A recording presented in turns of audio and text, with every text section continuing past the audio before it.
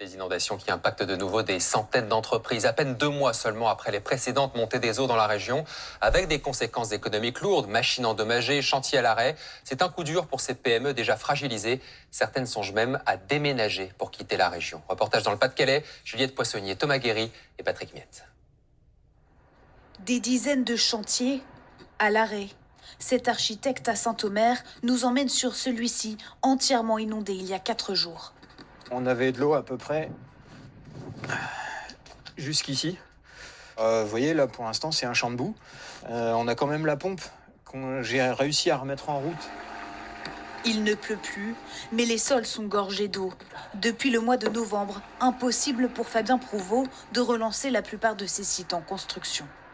On a des entreprises qui sont incapables d'intervenir sur les chantiers parce qu'elles ont été elles-mêmes impactées. On a des clients qui arrêtent leur chantier. Ça fait 2 fois que leur terrain est inondé. En pourcentage de chiffre d'affaires, c'est la moitié de l'année qui est noyée, c'est le cas de le dire. L'eau du fleuve Laha s'est aussi déversée dans cette usine familiale de torréfaction. Didier Boulet et son fils viennent constater l'ampleur des dégâts. Ces cartons remplis de café et certaines machines sont toujours humides. Voilà, est-ce que ça va redémarrer? J'en ai aucune idée. Déjà touchés par les inondations il y a 2 mois, ils avaient relancé leur production. Aujourd'hui, le coût des dégâts pourrait atteindre 200 000 € selon eux. Depuis les inondations de novembre, clairement, on pensait déjà déménager et là, ça va encore plus s'accélérer. Ça fait mal au cœur, quoi, parce que en peu de temps, tout dégringole, quoi. Ça fait mal. Des entreprises fragilisées, même lorsqu'elles n'ont pas été inondées.